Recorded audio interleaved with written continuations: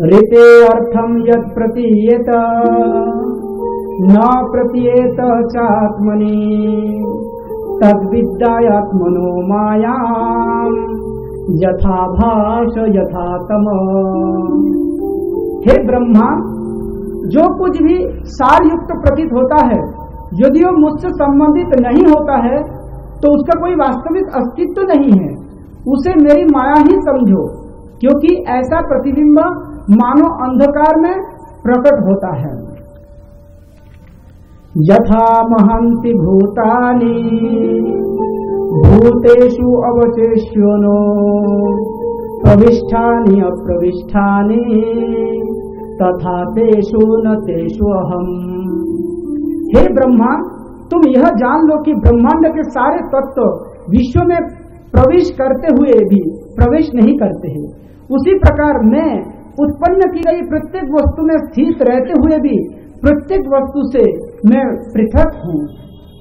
आगे चल के भगवान फिर कहते हैं, एतावदेव जिज्ञासम् तत्त जिज्ञासुनात्मनः अन्वय व्यतिरेकाभ्याम यत्सात् सर्वत्र सर्वदा।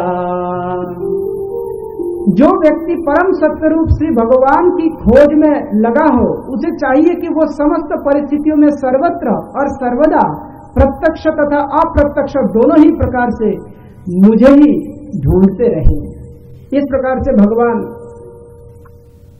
चतुश्लोकी भागवत प्रस्तुत करते हैं और आगे चल के सुखदेव गोस्वामी कहते हैं कि ये जो भागवत है, जो भगवान ने सबसे पहले ब्रह्मा को प्रदान किया है, ब्रह्मा जी उस भागवत को जब नारद जी को बताया तो उसने 10 विषयों का उल्लेख किया है, जो भागवत के 10 लक्षण के रूप में जाने जाते हैं। अत्र सर्ग विसर्गश्च स्थानं पोषणमूतयः मन्वन्तर ईशानो कथा नारद मुक्तिराश्रय निरोध मुक्तिराश्रय। तो कहते कि ये जो भागवत के 10 विषय है, सबसे पहले आता है स्वर्ग। स्वर्ग का अर्थ होता है सृष्टि। जो मैंने पहले बताया कि भगवान से ब्रह्मा जी के पहले तक की जो अलग अलग उपकरणों की सृष्टि है, उसी को सृष्टि कहते हैं। फिर कहते हैं विसर्ग। विसर्ग का अर्थ होता है उपसृष्टि, यानी ब्रह्मा जी के माध्यम से जो वंश परंपरा आगे बढ़ा है, अलग अलग वस्तुओं का उत्पत्ति हुआ है, उसको विसर्ग कहते हैं। और इन सारे वस्तु तथा व्यक्तियों को रखने के लिए स्थान चाहिए। तीसरा विषय है स्थानम, यानी अलग अलग लोक। इसके बाद पोषणम, केवल स्थान देने से नहीं चलेगा, उसको पालन पोषण भी करना पड़ता है। जैसे हम लोग किसी परिवार में देखते हैं, लोग मकान बनाते हैं क्योंकि घर परिवार यानी परिवार के सदस्यों को अच्छी तरह से रखने के लिए, लेकिन साथ ही साथ घर बनाने के साथ साथ उनको कपड़ा देना, भोजन देना, चिकित्सा सुविधा देना, शिक्षा सुविधा देना, ये भी जरूरी होता है। उसको कहते हैं पोषणम। और इतना ही नहीं, बीच बीच में पूछताछ करना पड़ता है, तुम्हारी अपनी मनोकामना क्या है, उसी को ही कहते हैं उतयः, यानी कर्म वासना। तो किसी भी जीव अपने शरीर के अनुसार कुछ ना कुछ करना चाहते हैं, भोगना चाहते हैं, उसी को कर्म वासना कहते हैं। और इसके बाद आते हैं मन्वंतर, यानी ब्रह्मा जी के एक दिन में 1000 चतुर्युग बीत जाते हैं। 71 चतुर्युग में एक मनु का शासनकाल होता है, उसी को ही मन्वंतर कहा जाते हैं। और एक मन्वंतर में देवता, सप्तर्षि, मनु, मन्वंतर अवतार, मनुपुत्र, इन लोगों की जो अलग अलग सेट है वो बदलते रहता है।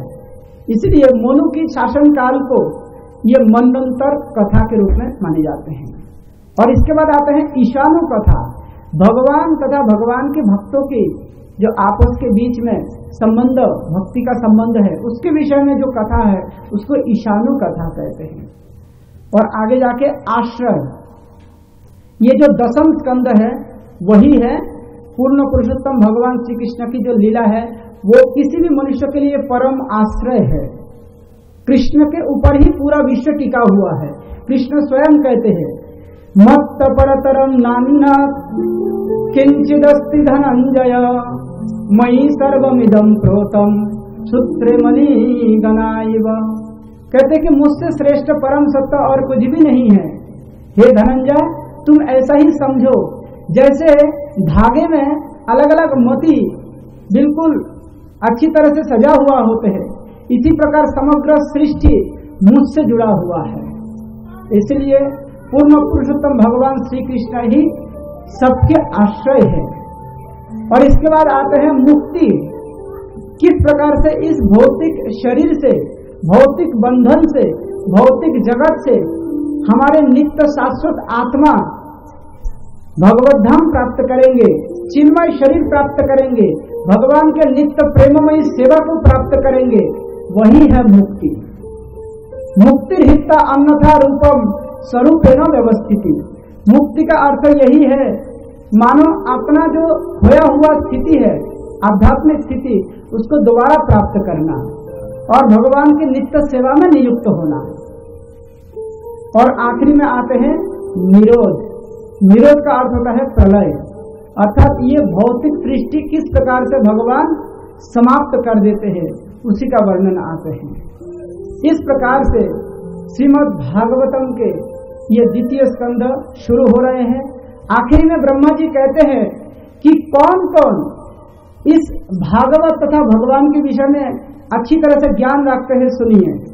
सर्वशक्तिमान शिव जी, नास्तिक कुल के महान भक्त राजा प्रहलाद, स्वयंभू मनु, उनके पत्नी शतरूपा, उनके पुत्र जैसा प्रियव्रत, उत्थानपाद, आहुति, देवाहुति, प्रसूति, प्राचीन वर्ही, ऋभु और महाराज अंग, महाराज ध्रुव, इक्ष्वाकु, महाराज पुररवा, मुचकुंद, महाराज जनक, गाधी, रोघु, अम्बरीश, सागर, गय, नहुस, मांधाता, अलर्क, शतधनु, अनु, रंतिदेव, भीष्म, बलि, अमृतत्र, दिलीप, सौभरी, उतंक, शिवी, देवल, पिपलाद, सारस्वत, उद्धव, पराशर, बुरिसेन, विभीषण, हनुमान, श्रील सुखदेव गोस्वामी, अर्जुन, आष्टिनेमी, आष्टिसेन, विदुर, श्रुतदेव, ये सब के सब भगवत तत्व ज्ञाता है। इन लोगों में से अगर कोई भी आपको गुरु मिल जाए, या इन लोगों की गुरु शिष्य परंपरा में अगर कोई महानुभव आपको गुरु रूप में मिल जाए, तो वास्तव में हमें श्रीमद् भागवतम जैसा ग्रंथों का आस्वादन हो सकता है। इसलिए श्रीमद् भागवत के विषय में द्वितीय स्कंध का यहाँ ही समाप्त होते हैं। कहते कि इसी द्वितीय स्कंध के माध्यम से ही सृष्टि का वर्णन पूरा होता है। वर्णन आगे चल के किस प्रकार से ब्रह्मा के माध्यम से सृष्टि शुरुआत होते हैं, वही तृतीय स्कंध से शुरुआत होते हैं। हरे कृष्ण कृष्ण कृष्ण हरे हरे, हरे राम राम राम हरे हरे, हरे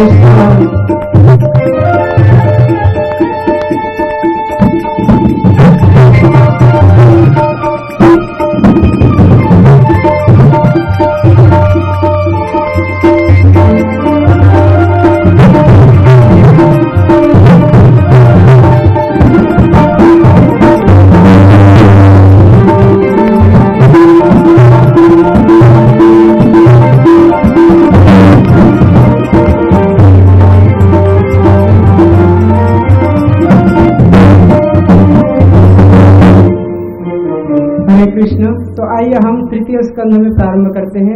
तृतीय स्कंध ये विसर्ग है। इसकी शुरुआत होते हैं श्रीमद् भागवतम के प्रथम स्कंध में, जहाँ पे 13वां अध्याय में ये बताया गया है कि विदुर तीर्थ भ्रमण करके वो हस्तिनापुर में वापस आए।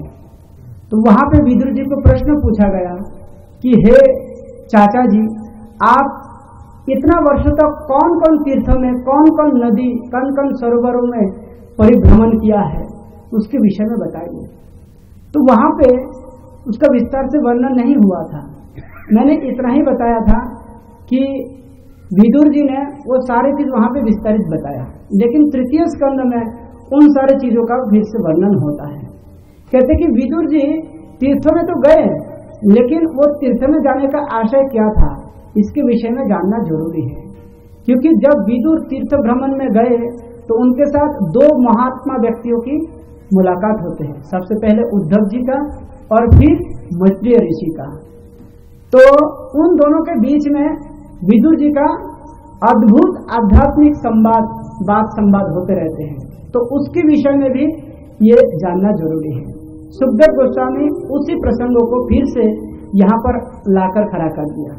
कहते कि शुरुआत ऐसे होते हैं कि विदुर जी, कुरुक्षेत्र युद्ध शुरू होने वाला है और उस समय कौरव सभा में ये चर्चा हो रहे हैं कि युद्धों को आगे बढ़ाया जाए या युद्ध से सबको रोका जाए। तो दो पक्ष बन गया। एक पक्ष ये है कि युद्ध होना चाहिए, क्योंकि अपना हक पाने के लिए इस पांडवों को सबक सिखाना जरूरी है।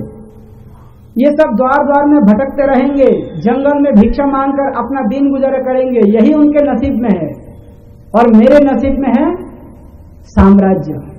सो मुझे राजा बनना है। मैं कुरुकुल का श्रेष्ठ पुत्र हूं, राजा धृतराष्ट्र का पुत्र हूं, दुर्योधन का ऐसा सोचना है।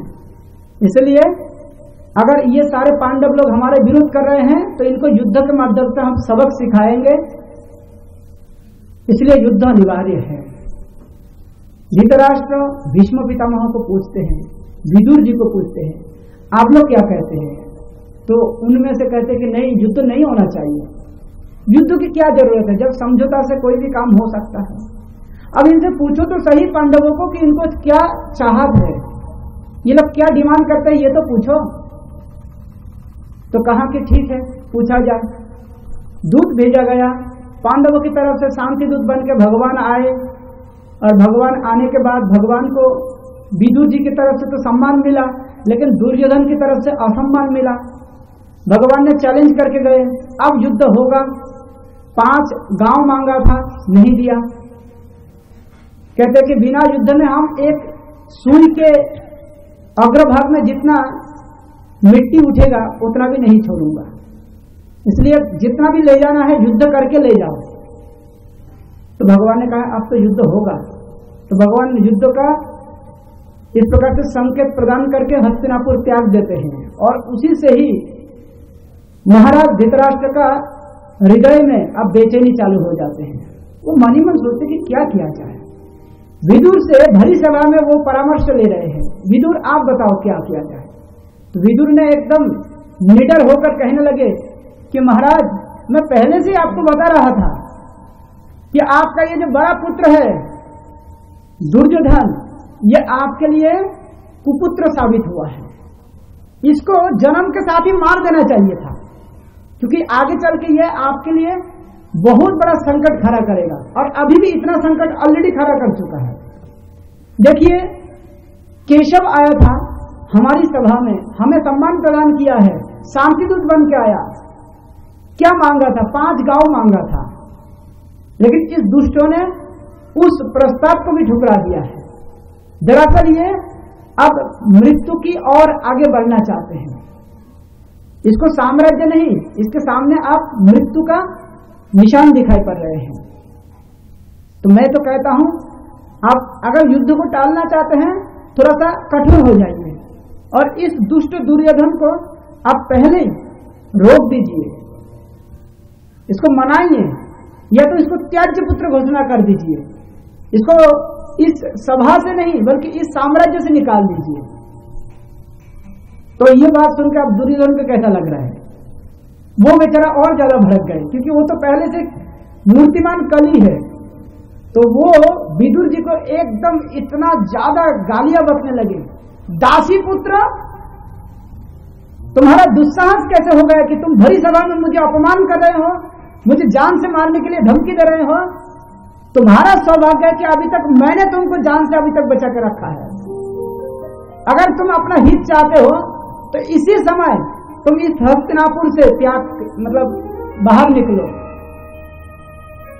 तुम्हें मंत्री पद दिया गया था, तुम्हें सलाहकार बनाया गया था, तुमने उन समस्त पदों का अपमान किया है। तुम्हारा स्वभाव तो ऐसा है कि मानो जिस थाली में खाते हो उसी थाली को छेद कर रहे हो। तुम किसी का हितकांक्षी नहीं हो। तुम घर में बैठा बैठा महान शत्रु हो, अभी निकलो इस घर से, केवल श्वास साथ में लेकर जाओ, निकलो घर से। जब इस प्रकार से कठोर शब्दों से, शब्दवानों से दुर्योधन विदुर को गालियां बक रहे थे, विदुर जी ने इसको भगवान की इच्छा समझ लिया। ओ प्रभु का इच्छा ऐसा ही है, इस दुष्ट, इस पतनशील व्यक्तियों के बीच में अब मुझे नहीं रहना है। इसलिए विदुर जी ने अपना समस्त अस्त्र शस्त्र सब कुछ वही हस्तिनापुर के राजसभा में त्याग करते हुए, मंत्री पद को ठुकराते हुए, एक वस्त्र में अपने घर की तरफ भी नहीं गया, सीधा वो चले गया तीर्थ भ्रमण करने के लिए। कहते हैं जिस घर को कृष्ण भगवान अपना घर मानकर विदुर जी के घर में बिना बुलाए चले जाते थे और 7 पत्ता खा के आते थे विदुरानी के हाथ से, उसी भगवान के द्वारा प्रशंसनीय घर को भी विदुर जी ने एक पल के लिए देखे बिना घर से निकल गए। क्यों नहीं? भगवान को अब निष्किंचन भाव से भजन करके प्राप्त करने का लालसा है। इसलिए वो कहां कहां चले गए? वो सबसे पहले उषणा तीर्थ, फिर मनु तीर्थ, पृथु तीर्थ, अग्नि तीर्थ, असित तीर्थ, वायु तीर्थ, त्रित तीर्थ, सुदास तीर्थ, गो तीर्थ, गुहा तीर्थ, श्राद्धदेव तीर्थ, ऐसे अलग अलग तीर्थों में भ्रमण किया। केवल इतना ही नहीं, सौराष्ट्र, सोवीर, मत्स्य प्रदेश, कुरुजांगल, ऐसे अनेकों स्थान में वो अवधूत वेश में भटकते रहे। एक वस्त्रों में दाढ़ी मूछ से एकदम जटाजुट होकर, किसी के द्वारा वो पहचान में नहीं आ रहे कि ये कौन है, ऐसे अवधूत वेश धारण करके वो इधर उधर घूम रहा था। विदुर जी का शरीर प्राय किसी भी कुंड तथा सरोवर में स्नान करने के कारण गीला हुआ करता था। कहीं भी जाते थे केवल डुबकी लगाते थे और प्रार्थना करते थे कि हे प्रभु, हे तीर्थराज, मुझे सद्बुद्धि दीजिए, मुझे भगवान श्री कृष्ण के चरण कमलों में सद्गति दीजिए। इस प्रकार से हर तीर्थों से, हर देवताओं से, हर भगवान के अलग अलग रूपों से यही मांग करते थे कि भगवान की अकिंचन भक्ति मेरे हृदय में प्रकटित हो जाए। ऐसे ही घूमते घूमते कभी एक बार समय आया है, वो यमुना नदी के किनारे आ गए हैं। तब तक कई वर्ष बीत चुका है, कई समय गुजर गया। इधर में हस्तिनापुर में क्या परिणाम हुआ है? कौरव और पांडवों में युद्ध हुआ है। भगवान स्वयं उस युद्ध का अप्रत्यक्ष रूप से नेतृत्व किया है, पार्थसारथी बनकर। समस्त कौरवों को मृत्यु के मुख में ढकेल दिया गया। पांडव लोग अब हस्तिनापुर के सिंहासन पर आरूढ़ हुए। महाराज युधिष्ठिर अब राज सिंहासन के अधिकारी हुए हैं, चक्रवर्ती सम्राट बने हैं। और इतना ही नहीं, द्वारका में भगवान वापस गए, अलग अलग शत्रुओं से द्वारका को बचाया है। लेकिन भगवान का चिंतन बढ़ गया। भगवान सोचने लगे, ये जो अलग अलग दुष्ट राजा लोग हुआ करते थे, ये सब के सब कुछ तो मैं पहले मार चुका हूं और कुछ कुरुक्षेत्र के युद्ध में पांडवों से विरोध करके मर गए। परंतु अभी भी एक वंश पूरा पृथ्वी के ऊपर भार बना हुआ है, वो है यदुवंश। इनके लिए क्या किया जाए, ऐसा ही सोच रहा था। तब तक भगवान के साथ उद्धव जी, विदुर जी के साथ उद्धव जी, भगवान के परम भक्त उद्धव जी का मुलाकात हो जाते हैं यमुना के तट पर। जब उद्धव जी को देखा तो विदुर को तो पहचान में नहीं आ रहा है। विदुर खुद अपना परिचय दिया कि मैं ही विदुर हूं। तो उद्धव जी देख के बहुत खुश हो गए। उद्धव जी के साथ विदुर का मुलाकात हुआ है। तो विदुर जी को पता नहीं है कि ये हस्तिनापुर और द्वारका में जितने सारे लोग हैं, ये लोग कौन जिंदा है, कौन मर चुका है, कौन राज्य शासन कर रहे हैं, कुछ भी पता नहीं था। तो इसलिए उद्धव जी से विदुर जी पूछने लगे, हे उद्धव, कितना वर्ष हो चुके हैं मैं तुमको दर्शन किया, तुम कहां से आ रहे हो, कहां जा रहे हो, तुम क्या कर रहे हो, क्या तुम द्वारका से आ रहे हो? द्वारका के सब लोग कुशल तो है ना? जितने सारे द्वारका के लोग हैं, जैसे सूरसेन हो, वज्र या उग्रसेन हो, वसुदेव हो, देवकी हो, युजुदान हो, प्रद्युम्न हो, सबके बारे में पूछताछ करने लगे। ये सब ठीक तो है ना? सात्यकी के बारे में पूछताछ कर रहे हैं, सांब के बारे में पूछताछ कर रहे हैं, अनिरुद्ध के बारे में पूछताछ कर रहे हैं, सबकी कुशल वार्ता पूछताछ कर रहे थे। और इसके बाद अंत में कहते हैं, मेरे प्रिय प्रभु भगवान श्री कृष्ण वो कहाँ है, वो क्या कर रहे हैं, उनकी क्या गतिविधि है, उसके विषय में थोड़ा बताइए। उद्धव जी का स्थिति पहले से विदुर को पता नहीं था। उद्धव जी का स्थिति ऐसा है कि यादव लोगों का अंत हो चुका है। भगवान श्री कृष्ण अपने सधाम चले गए हैं, अब नहीं है।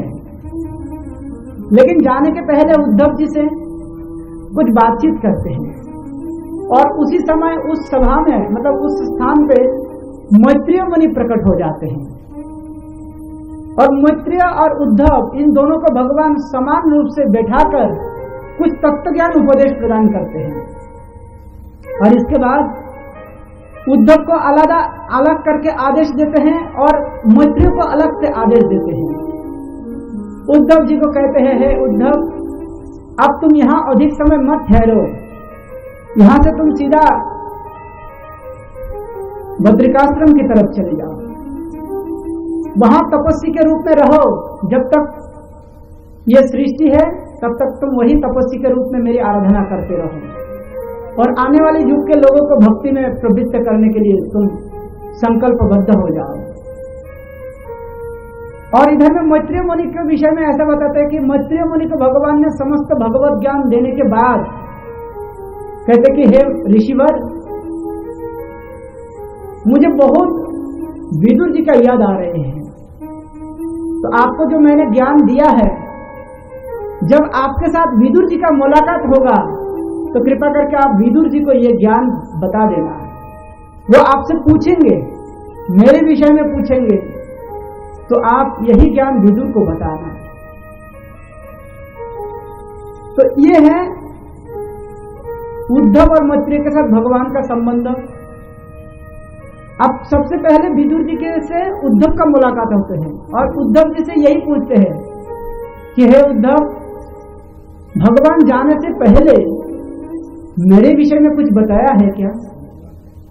उद्धव जी ने कहा कि देखिए मंत्रीवर, आपको जो कुछ बताना है वो मैत्रेय ऋषि आपको बताएगा।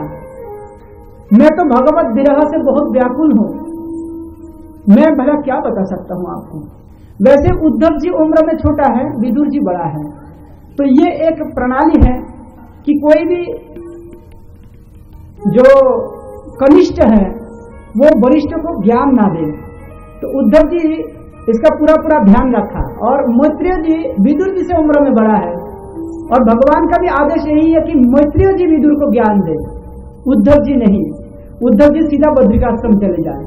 तो संयोगवश फिर भी रास्ते में मुलाकात हो गया है, तो कहते हैं कि हे महात्मा जी, मैं आपको क्या बताऊं, जब मेरे ही सामने भगवान इतने सुंदर सुंदर उपदेश प्रदान करके खुद इस भौतिक जगत से चले गए हैं, तो मैं अपना संतुलन खो दिया। भगवान के बार बार स्मरण हो रहा है, मैं क्या बताऊं, मैं अब किसके शरण में रहूं, किसकी शरण में जाऊं। भगवान ने मुझे ऐसे आदेश दिया है कि जो असहनीय है। भगवान ने वृंदावन में कितना सुंदर लीला किया है। गौ माताओं के साथ गौचारण लीला, ग्वाल बालों के साथ खेलकूद किया है, जमुना के तलहटी में, गोवर्धन के तलहटी में, और इसके बाद गोपियों के साथ कितना सुंदर रमन किया है। जय जय राधा रमन हरि बोल, जय जय राधा रमन हरि बोल।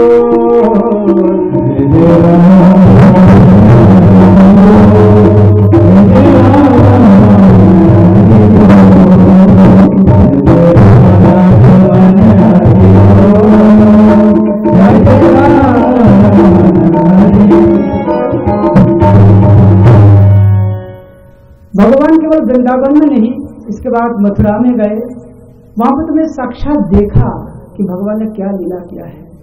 भगवान ने सबसे पहले दुष्ट कंस को मार दिया, इसके बाद काल कोठरी से उग्रसेन को मुक्त कर दिया और उनको राज सिंहासन पर आरूढ़ कर दिया। और इसके बाद सांदीपनि आश्रम आए अवंतीपुरी में, और यहाँ से विद्या शिक्षा ग्रहण करके फिर मथुरा में वापस गए। जरासंध मथुरा के ऊपर आक्रमण किया, एक अक्षयणी सेना लेकर कालजवन ने मथुरा के ऊपर आक्रमण किया, कई बार आक्रमण किया। भगवान ने वीरता पूर्वक उसका प्रतिरोध किया है।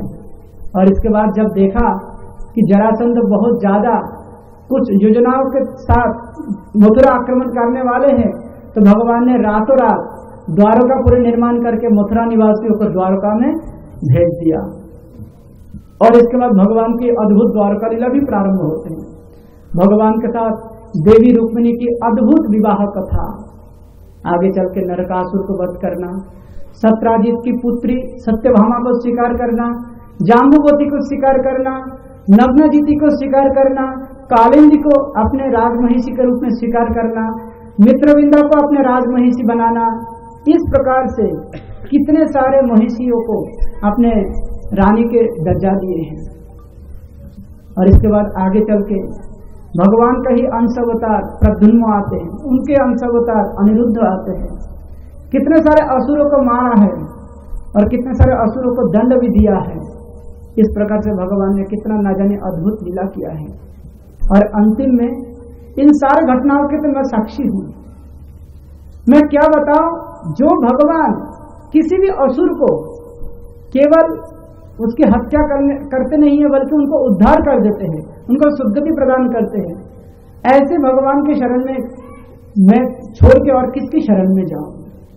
अहो बकीजम स्तनकालकूटम जिघांसया आपसाध्वी लवे गतिं धात्रिमुचितां ततन्नं कंबा दयालुं स्मरणं भजेम। कहते कि जो कृष्ण पूतना जैसी राक्षसी जो भगवान को मारने के नियत से आई थी, उसको भी धात्री गति प्रदान करके वैकुंठ लोक में भेज दिया है। उनकी जो बुरी हालत, बुरी मनसा, उसको नहीं देखा।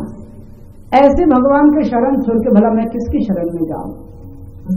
इसलिए वही भगवान मेरे हृदय में सदा सर्वदा निवास कर रहे हैं, और मैं उनको ही बाहर से भी ढूंढ रहा हूं, और मैं इसलिए विक्षिप्त हो चुका हूं। मैं आपको समुचित तरीके से आपके हर प्रश्न का उत्तर देने में अक्षम हूं। इसलिए कृपा करके आप अलग अलग स्थानों में घूमते हुए आप मैत्री और ऋषि की शरण में जाइए, वही आपको बताएगा कि भगवान ने आपके लिए क्या संदेशा छोड़ के गए हैं। तो इस प्रकार से उद्धव जी विदुर से विदाई हो जाते हैं, और आगे चल के यही विदुर जी अब सरस्वती नदी के तट पर वो मैत्रेय मुनि से मुलाकात करते हैं। और जैसे मैत्रेय मुनि के साथ उनका परिचय होता है तो खुशी से गदगद हो जाते हैं, और कहते हैं कि मैंने पहले ही सुन चुका हूं महानुभाव कि आपको भगवान श्री कृष्ण ने इस धरा छोड़ के जाने के पहले मेरे लिए कुछ उपदेश बता के गए हैं। तो मैं उन समस्त विषयों में सुनना चाहता हूं। मुझे तो बहुत हर्ष हो रहे हैं, साथ ही साथ दुख भी हो रहे हैं कि इस ब्रह्मांड में भगवान के करोड़ों करोड़ों भक्त हैं, लेकिन उनमें से भगवान श्री कृष्ण इस धरा छोड़ के जाने के पहले मुझे याद किया है। जैसे होता है ना कि कोई व्यक्ति शरीर छोड़ रहा है तो उनके आसपास में जितने सारे लोग खड़ा रहते हैं उनकी तरफ देखते रहते हैं, उनका शक्ल देखते हैं, उनका शक्ल देखते हैं, लेकिन जो प्रिय सदस्य उनके आसपास में नहीं होता है उनके विषय में वो खुद ही पूछताछ करते हैं, वो फलाना व्यक्ति कहाँ है, उसको दिखाई नहीं जा रहा है।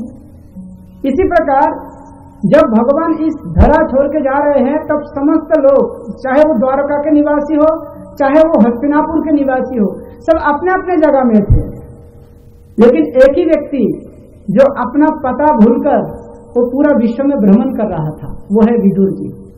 किसके लिए? भगवान को प्रसन्न करने के लिए, भगवान को अनुभव करने के लिए।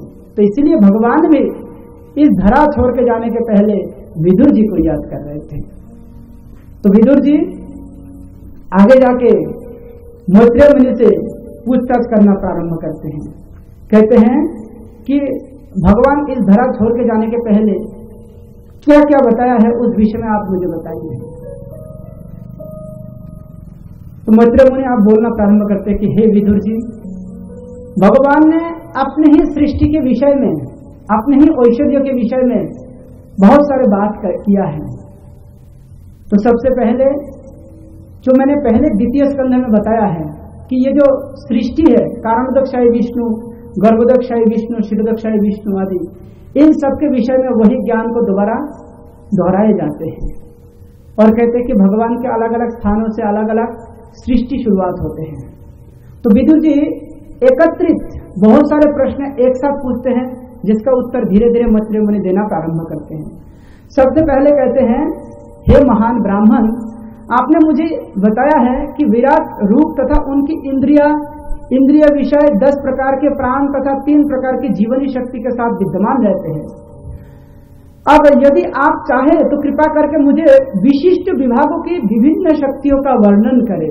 कृपा करके बताइए कि किस तरह समस्त देवताओं के मुखिया प्रजापति अर्थात ब्रह्मा ने विभिन्न युगों के अध्यक्ष विभिन्न मनुओं को स्थापित करने का निश्चय किया है।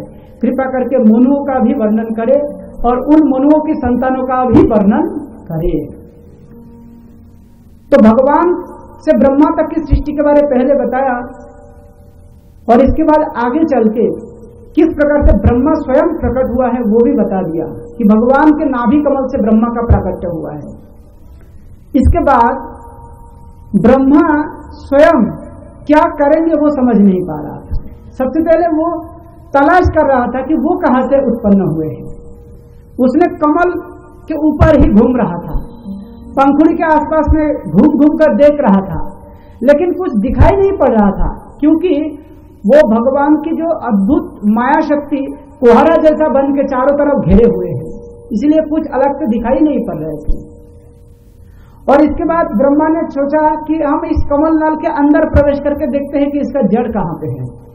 तो सीधा कमल नल के अंदर प्रवेश किया और करते करते वो नीचे हिरण्य गर्भ यानी भगवान गर्भोदकशाही विष्णु की जो नाभि है वहां तक पहुंच गए हैं।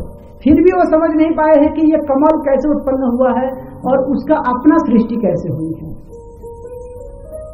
तब तक महाशून्य में एक ध्वनि प्रतीत हो रहा था, जैसे एक कुछ बूंद पानी आप धीरे धीरे टपकाते रहिए। जैसे कभी नल से एक एक बूंद पानी बाथरूम में गिरता है तो उस समय जो आवाज होती है टप टप टप टप टप, इस प्रकार से जो आवाज होती है, तो उसी से ब्रह्मा ने अनुमान लगाया कि मुझे भगवान और मेरे अपने विषय में जानने के लिए सबसे पहले तपस्या करना पड़ेगा, तप करना पड़ेगा। तो ब्रह्मा जी ने तपस्या करने के लिए अब वो ध्यान दिया कि महाशून्य में एक प्रणव ध्वनि वो उच्चारित हो रहे हैं, ओम, ये उच्चारण हो रहे हैं। और इस मंत्र के द्वारा वो 100 वर्षों तक एक ही कमलासन में बैठकर वो ध्यान किया है। 100 वर्षों के बाद उस कमलनाल के आसपास के जितने सारे कुआरा जैसा अंधेरा हुआ था वो धीरे धीरे हटने लगे, तपस्या के प्रभाव से, संयम के प्रभाव से, अज्ञान के आवरण धीरे धीरे हटने लगे। तो इसके बाद ब्रह्मा जी ने आंखें खोलकर देखा कमलनाल के नीचे बहुत बड़ा भगवान के अद्भुत शरीर यानी विराट रूप, गर्भोदकशाही विष्णु का असली रूप उसने दर्शन किया। उस समय देख रहे हैं कि भगवान किस प्रकार से योग निद्रा में शायित है और अनंत शेष किस प्रकार से उसकी सेवा कर रहे हैं, लक्ष्मी देवी किस प्रकार से पाद संभान कर रहे हैं। अब धीरे धीरे सब कुछ देखा और इसके बाद ब्रह्मा जी भगवान के सामने हाथ जोड़ करके फिर प्रार्थना करते हैं और वो प्रार्थना करने के बाद फिर भगवान से पूछते हैं कि प्रभु मुझे क्या करना है बताइए, मेरा क्या सेवा है, मुझे आपने क्यों सृष्टि किया है। तो फिर भगवान ब्रह्मा जी को अब सृष्टि के लिए प्रेरित करते हैं। कहते कि देखो, मुझे जानने के लिए तुमको इतना वर्षों तक तपस्या करना पड़ा, अब मैं जो कार्य तुमसे कराना चाहता हूं उसकी शक्ति प्राप्त करने के लिए तुम्हें दोबारा तपस्या करना होगा। फिर से ब्रह्मा जी अपने आयुष्काल के 100 वर्ष यानी एक जीवन फिर से तपस्या किया, और इसके बाद भगवान प्रसन्न होकर उनको सृजन शक्ति प्रदान किया है। और इसके बाद ब्रह्मा धीरे धीरे अब सृष्टि में अब संलग्न होते हैं। भगवान ब्रह्मा जी को जैसा शक्ति दिया है, तो ब्रह्मा जी का नाम तो स्वयंभू है। ब्रह्मा के माध्यम से अलग अलग स्तर पे सृष्टि हुआ है। तो सबसे पहले आते हैं महत्तत्व।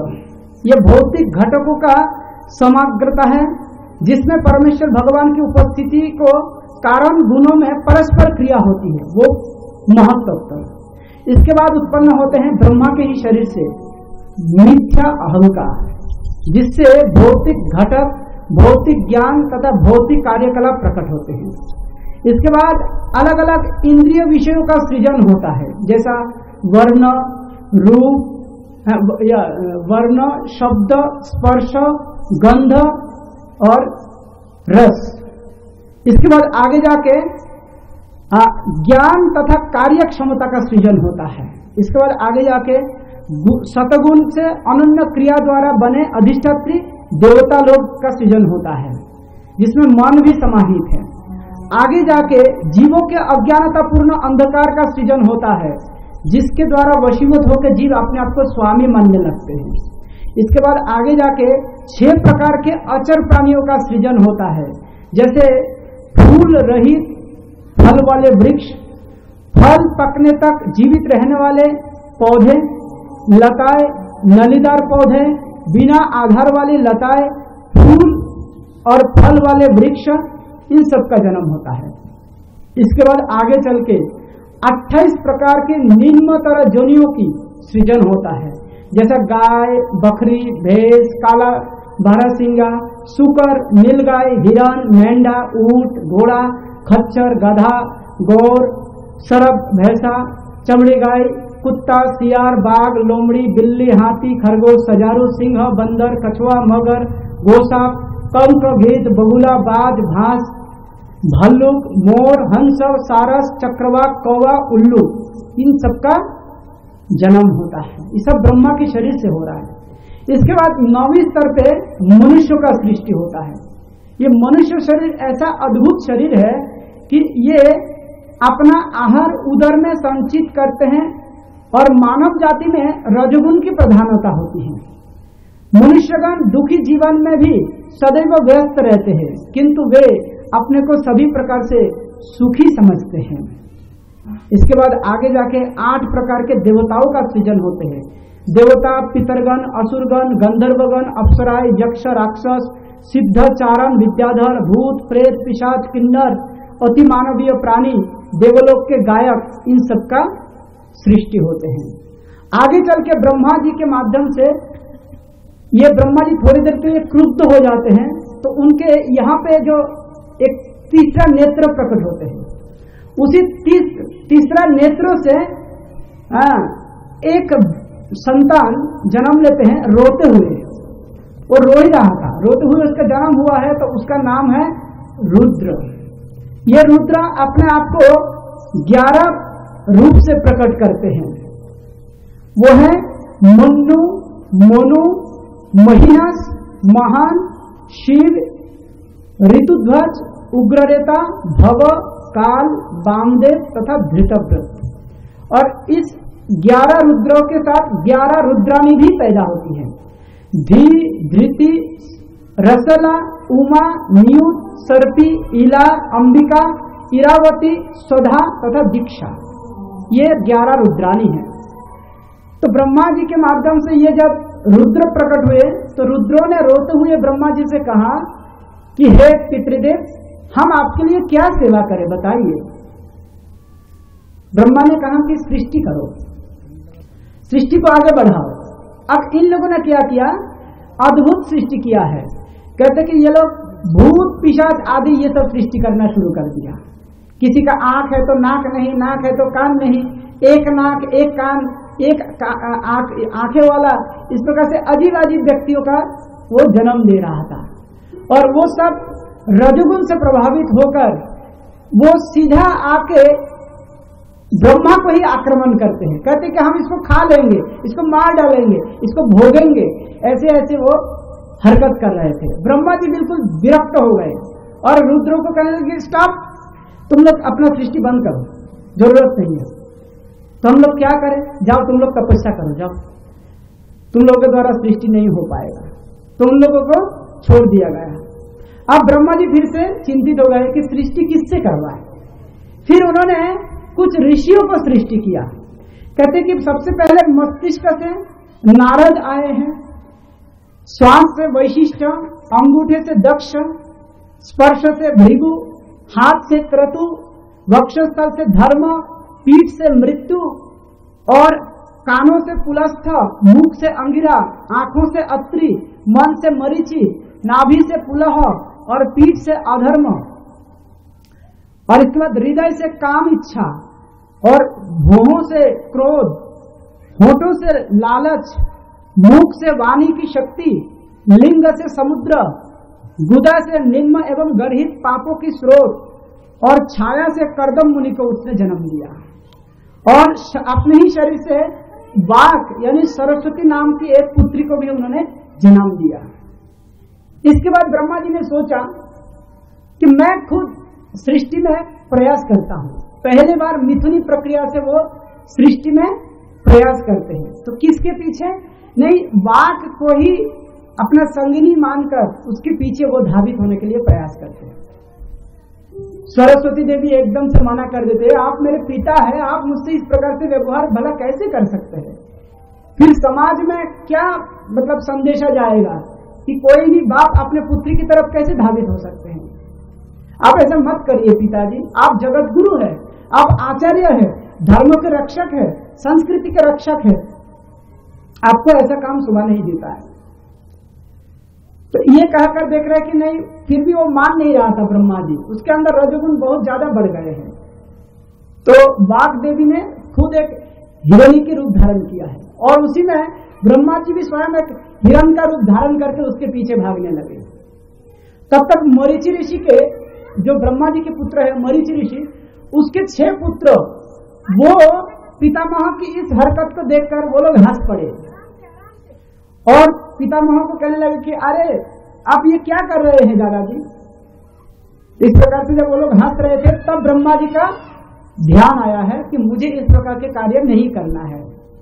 तो तब तक ब्रह्मा जी अपना गलती को अनुभव करके उसने अपना उसी दूषित शरीर को वहीं त्याग देते हैं और दूसरी बार दोबारा शरीर प्राप्त कर लेते हैं। तुरंत उस शरीर को भस्मसात कर देते हैं और उसी जो राख है उसी राख से भी वो किसी न किसी का जन्म हो गया है। तो कहते हैं कि उससे ये कोहारा जो है, कोहारा चारों तरफ हम कोहारा देखते हैं, वो कोहारा का जन्म हुआ है ब्रह्मा जी के वो शरीर जलने से जो राख बना है उसी से। और इसके बाद ब्रह्मा जी ने आगे जाके और कुछ सृष्टि किया है, जैसा 4 वेद को अपने मुंह से निकाला है। 4 वेद ब्रह्मा के 4 मुख से निकला है। तो 4 वेद को प्रकट करने के लिए ब्रह्मा का 4 सिर हो गया है। फिर यज्ञ करता, होता, अग्नि, उपदेवता सबको सृष्टि करते हैं। आगे जाके ये धर्म का 4 स्तंभ, सत्य, शौच, दया, तप, उसकी सृष्टि करते हैं। 4 आश्रम, 4 वर्ण, इन सबकी सृष्टि करते हैं। इसके बाद अलग अलग विद्या, विज्ञान, इनकी सृष्टि करते हैं। पुराण, इतिहास, इसको सृष्टि करते हैं। अलग अलग यज्ञ विधि, शिक्षा, दान, तपस्या, इन सब की सृष्टि करते हैं। आगे जाके तर्कशास्त्र, जीवन की वैदिक लक्ष्य, कानून व्यवस्था, आचार संहिता, गायत्री मंत्र आदि ये सब सृष्टि करते हैं। प्रणव, ओंकार, ध्वनि सृष्टि करते हैं। साहित्यिक अभिव्यक्ति की कला सृष्टि करते हैं। त्रिष्टप, अनुष्टप, छंद आदि सृष्टि करते हैं। जगती छंद सृष्टि करते हैं। बृहति नामक श्लोक लिखने की कला सृष्टि करते हैं। इसके बाद अलग अलग अक्षर, अलग अलग जैसे सारेगामा पदानिसा, ये जो संगीत के जो सप्त स्वर है उसका सृष्टि करते हैं। ये जो ब्रह्मा का सृष्टि होते हैं, ये सृष्टि के बाद ब्रह्मा जी के शरीर से जो दाहिना हिस्सा है वहां से एक पुरुष जन्म लेता है, उसका नाम हुआ है स्वयंभू मनु। और बायां हिस्सा से एक स्त्री का जन्म होता है, उसका नाम रखा है शतरूपा।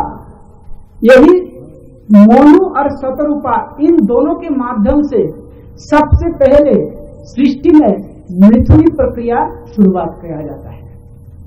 अब पुरुष और स्त्री यानी स्वयंभू मनु और शतरूपा, इन दोनों को आपस में विवाह कर दिया जाता है और इन दोनों के माध्यम से इस भौतिक सृष्टि में सबसे पहले 2 पुत्र और 3 पुत्री हुई।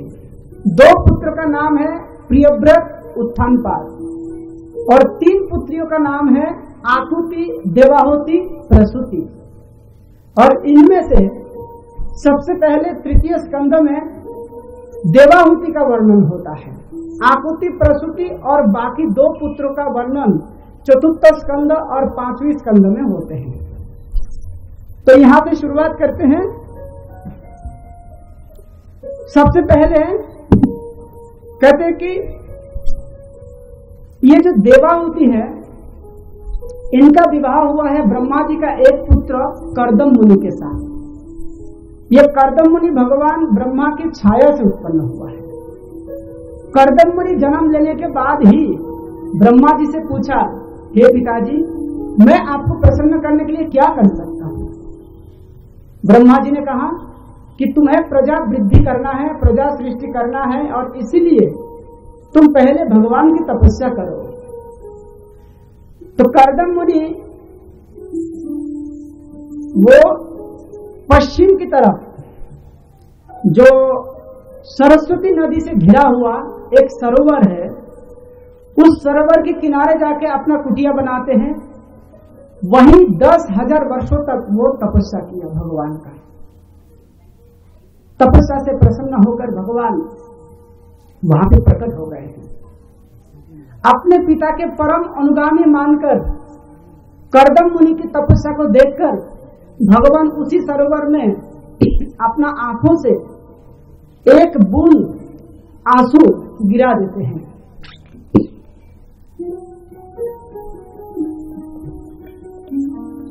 उसी से उस सरोवर का नाम पड़ते हैं बिंदु सरोवर।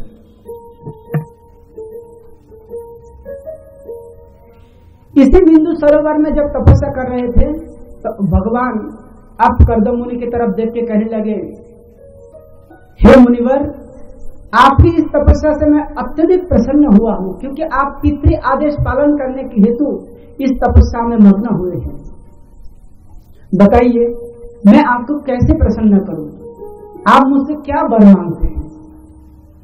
कर्दम मुनि कहे, हे प्रभु, मेरे पिता ब्रह्मा जी ने मुझे कहा है कि मुझे गृहस्थ आश्रम में प्रवेश करना है। सो मेरी स्वभाव और शीलता के अनुसार मुझे किस प्रकार से पत्नी मिलेगा, आप ये मुझे मार्गदर्शन करिए।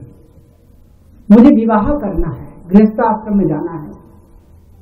तो इससे कर्दम मुनि के इस प्रसंग से हमें यह सीखना है कि अगर विवाह करना है तो किसी न किसी वरिष्ठ व्यक्ति के इच्छा के अनुसार करना वो ठीक होता है। जैसे ब्रह्मा जी ने कहा वैसे कर्दम मुनि कर रहे हैं, और वो भगवान की तपस्या कर रहे हैं।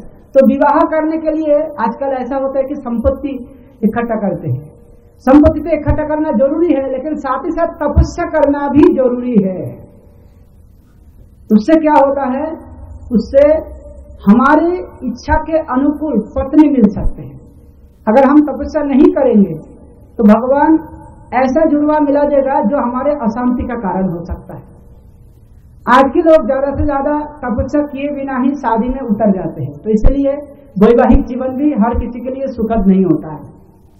तो कुल मिला के कर्दम मुनि अब भगवान से कह रहे कि मुझे मेरे ही आचरण के समान गुण वाली, मान वाली पत्नी चाहिए। तो कहते हैं कि देखिए मुनिवर, आज से 7 दिन के बीच में ही ब्रह्मांड के सर्वश्रेष्ठ प्रशासक स्वयंभुव मनु वो अपने राजधानी छोड़कर अपने ही सुमध्यमा कन्या देवाहुति को लेकर आपके समक्ष आएंगे, आपके आश्रम में आएंगे, आपके कुटिया में आएंगे। और वो देवाहुति जो राजकुमारी है, जिनके सौंदर्य अद्भुत है। देवाहुति के विषय में ऐसा प्रचलित कहानी है कि एक बार वो महल के छत पर अपने ही इच्छा के अनुसार वो गेंद खेल रहे थे, एक कंदूक को ऊपर में उछलकर उसको खेल रहे थे। तो कहते कि ऊपर से विमान से विश्वावसु नामक एक गंधर्व वो जा रहा था। उसने जब देखा देवाहुति को नीचे से, तो वो विमान से अचानक नीचे गिर गए, इतना मोहग्रस्त हो गए उसकी सौंदर्य देखकर। वो देवाहुति तुम्हारी धर्मपत्नी बनने के लिए कुछ ही दिन में तुम्हारे सामने आ जाएंगे और तुम उसी देवाहुति को अपना धर्मपत्नी बना लेना है, वो तुम्हारे स्वभाव के अनुकूल ही होगा। इस प्रकार कहकर भगवान वहां से अब अदृश्य हो गए। इसके बाद जटा समय में वही हुआ है कि कर्दम मुनि के सामने स्वयंभुव मनु अपने दूसरी नंबर की जो पुत्री है देवाहुति उसको लेकर आते हैं और लाकर कहते हैं कि ये ब्रह्मा जी का आदेश मिला है मुझे कि आपके साथ मेरे इस सुपुत्री का विवाह हो जाए।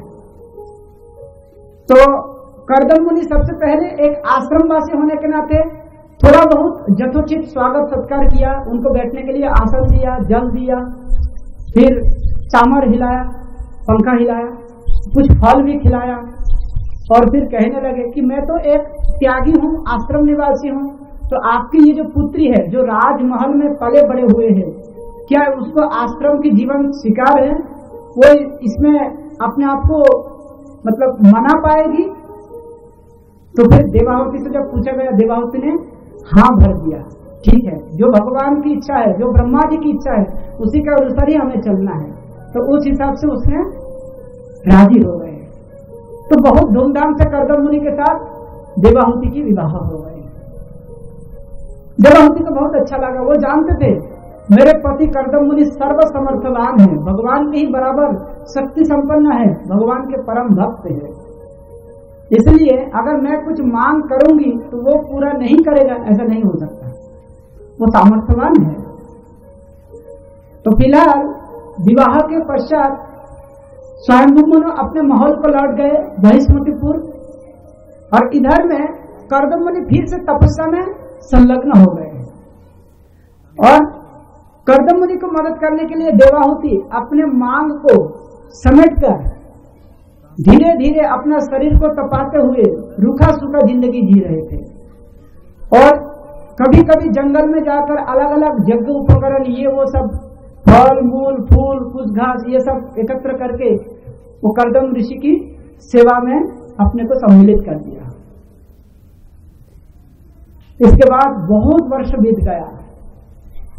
कर्दम मुनि को लगा कि मैं अपने साधना में सिद्धि प्राप्त हुआ हूं, अब मैं अपनी पत्नी की कोई भी मनचाहा पूरा कर सकता हूं।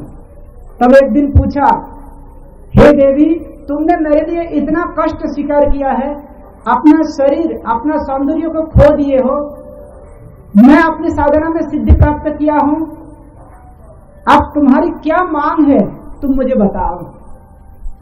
देवाहुति ने कहा कि हे पतिदेव, मैं अपने धर्मपत्नी होने के नाते मुझे ज्यादा कुछ मांग नहीं है, बस इतना ही है कि जिस प्रकार से एक पत्नी को पति गृहस्थ सुख आस्वादन कराते हैं, बस उतना ही मुझे चाहिए। मतलब हनीमून करना, घूमना फिरना, संतान उत्पत्ति करना, ये सब अभी भी बाकी है, तो बस यही सब चाहिए। इतना ही सुनकर कर्दम मुनि अपने योग शक्ति के द्वारा एक अद्भुत विमान रचना करते हैं, जो एक बड़ा शहर के समान है, सर्व सुविधा संपन्न, सभी प्रकार के सुविधा है उसमें, परंतु इस सुविधा को भोगने के लिए कयादु की जो शरीर है वो तैयार नहीं है, उसकी शरीर बिल्कुल क्षीण हो गए हैं, उसके बाल में जटाजूट हो गए हैं, उसके चेहरा में मलिनता दिखाई पड़ रहे हैं। इसलिए वो भगवान कर्दम मुनि के इस प्रभाव को देखने के बावजूद भी अपने आप को कमजोर महसूस कर रहे हैं, म्लान महसूस कर रहे हैं कि इतना बड़ा सुख भला मैं कैसे भोग सकती। तब कर्दम मुनि देवाहुति की इस भावनाओं को समझकर कहने लगे कि देवी तुम एक काम करो, इस बिंदु सरोवर में जाके डुबकी लगा के आओ, तुम्हारी सारी दुविधा दूर हो जाएगी। उसका विश्वास ही नहीं हो रहा है कि डुबकी लगाने से क्या होगा, लेकिन फिर भी पति ने आदेश किया है तो उसने जैसे ही बिंदु सरोवर में डुबकी लगाई तो कुछ जल में रहने वाली देवकन्या वो देवाहुति को अपने महल में लेके जाते हैं और उसको बढ़िया से स्नान कराते हैं, अच्छे से कपड़ा पहनाते हैं, आभूषण पहनाते हैं, उसको खिलाते हैं, पिलाते हैं, एकदम रिष्ट पुष्ट बनाकर उसको अच्छी तरह से श्रृंगार करके फिर वो जल से बाहर निकाल देते हैं। और इसके बाद देवाहुति को लगा कि अब मैं अपने पति के साथ एकदम मनचाहा रमन कर सकती हूँ। तो दोनों मिलकर अब इस दिव्य विमान में सवार हो गए और जितने सारे अलग अलग लोक हैं, इंद्रपुरी, ब्रह्मपुरी, कैलाश पर्वत, मेरू पर्वत, अलग अलग वर्ष, अलग अलग द्वीप के ऊपर से होके घूम रहा था। कर्दम मुनि के मन की इच्छा के अनुसार चलने वाली ये विमान किसी भी प्रकार की दिक्कत नहीं था। उसकी ऐश्वर्य को देख के देवता लोगों का भी ईर्ष्या हो रहा था कि ये कौन है, इतना बड़ा दिव्य विमान लेकर अपने पत्नी के साथ रमन करते हुए समय गुजर रहे हैं, ये कौन है। बाद में पता चला कि ये भगवान के परम भक्त सर्वशक्तिमान कर्दम मुनि हैं। इसके बाद देवाहुति के साथ रमन करते हुए कर्दम मुनि ने 9 कन्याओं को जन्म दिया है। और इसके बाद एक दिन समय आया है, कर्दम मुनि देवाहुति से कहते हैं, हे देवी तुम्हारी मनोकामना तो मैं पूरा कर दिया, अब मुझे विदाई दो, मैं फिर से भगवान की सेवा में तल्लीन होना चाहता हूं। तब देवाहुति को ऐसा महसूस हुआ है कि मैं इतना बड़ा सामर्थ्यवान पति प्राप्त करने के बावजूद भी जिस प्रकार से इनका उपयोग करना चाहिए था उस प्रकार से उपयोग नहीं कर पाया। इनके पास आध्यात्मिक शक्तियां हैं, लेकिन मैंने इनको केवल अपने सुख भोगने के हिसाब से, इंद्रिय भौतिक सुख भोगने के हिसाब से इनको मैंने इस्तेमाल किया है।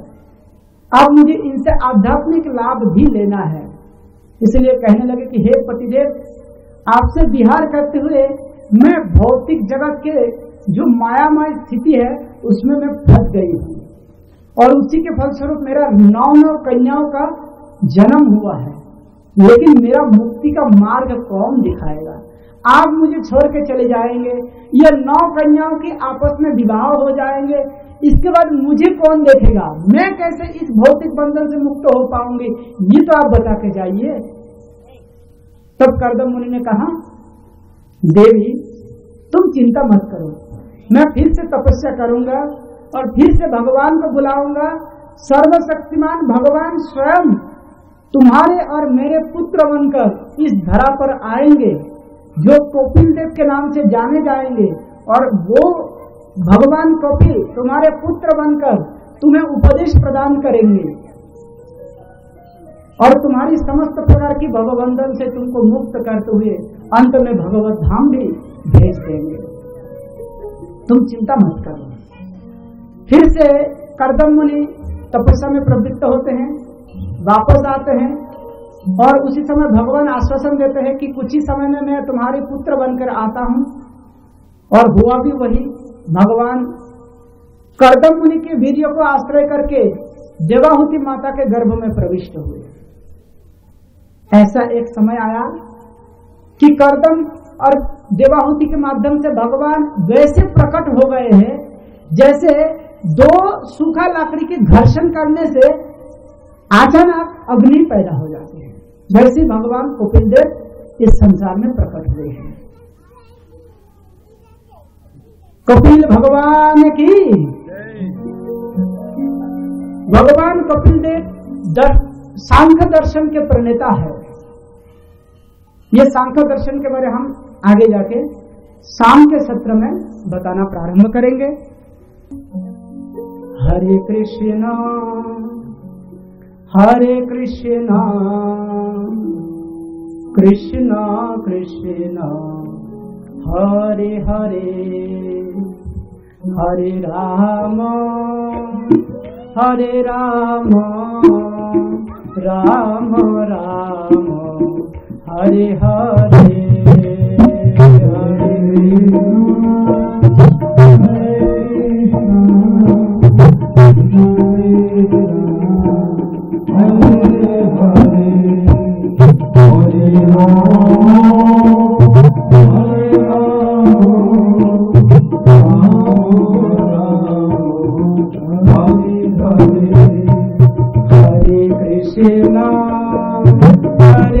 कृष्णा कृष्णा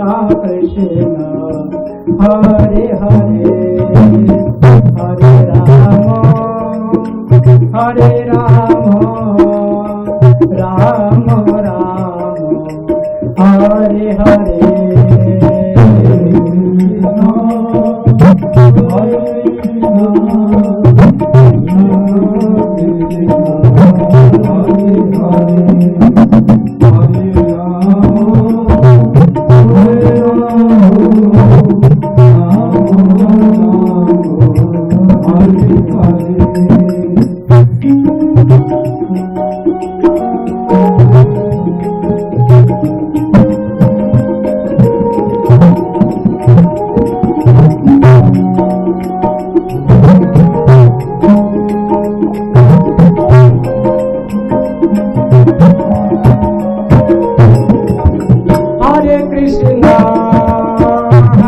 कृष्णा कृष्णा